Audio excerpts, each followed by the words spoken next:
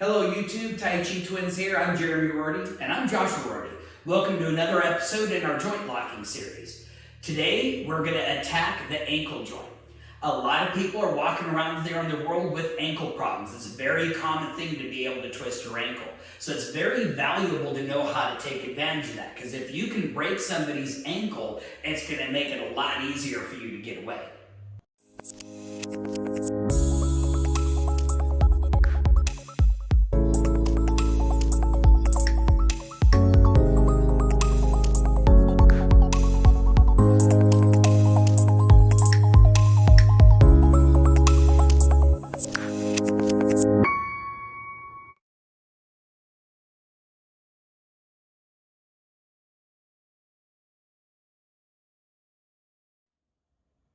The first thing we want to talk about is striking the ankle itself.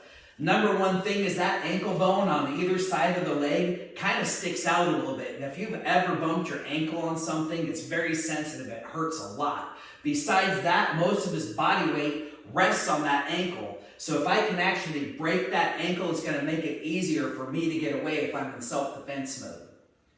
When we're fighting, most guys are trying to be intimidating. They're looking right at my eyes, which makes these lower kicks much harder to see. Especially if we're kind of in here grappling, I can kick that, and if he's not prepared for it, it's going to catch him by surprise, and that's really what I want to do, is be tricky.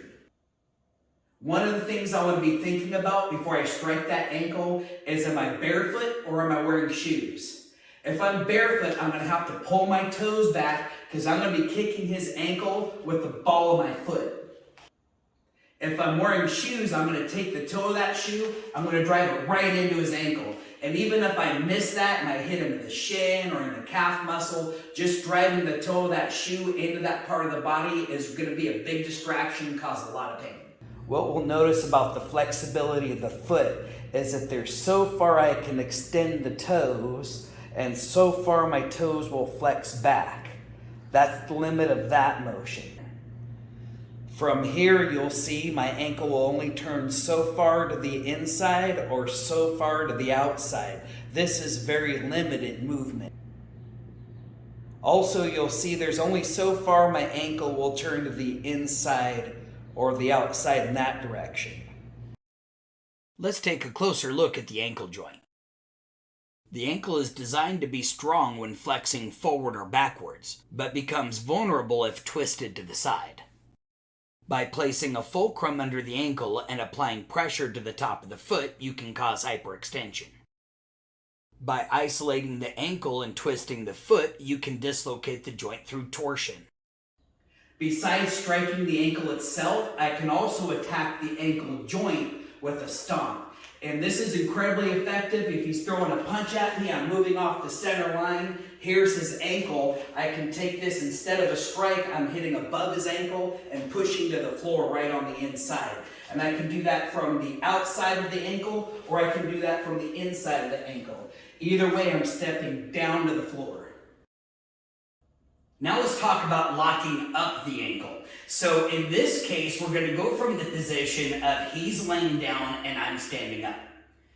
Thing I want to point out here is that this is my position and I reach down to try to grab his ankle. He's either going to kick me with that foot or he's going to kick me with the other foot. From here, I probably want to take into mind a strategy of kicking his legs if he's down on the ground.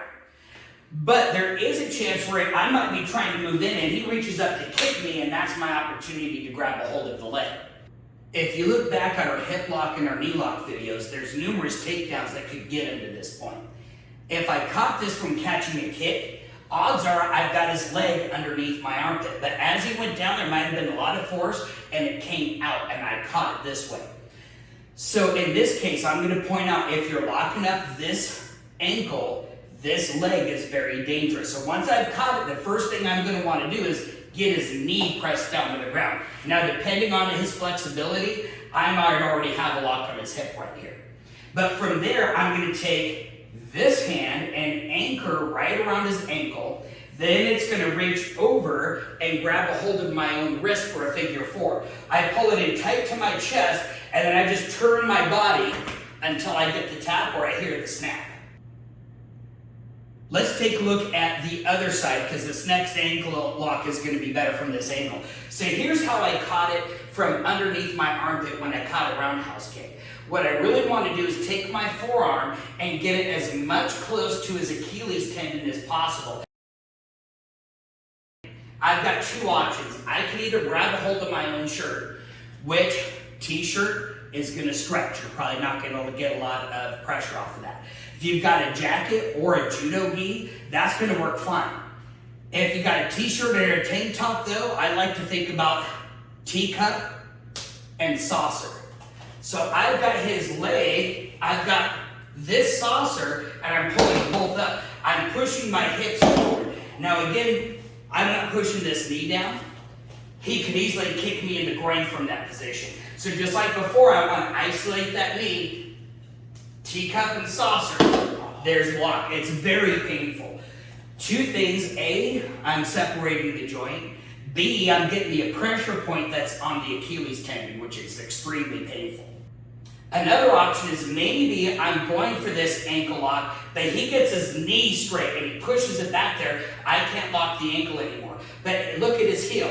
I'm going to turn my body to face towards the heel. I'm going to hook it right with my forearm, not to my elbow, because if I do my elbow, the foot slips out. I need to get my forearm flat point, and then I'm just going to raise up and turn to face it.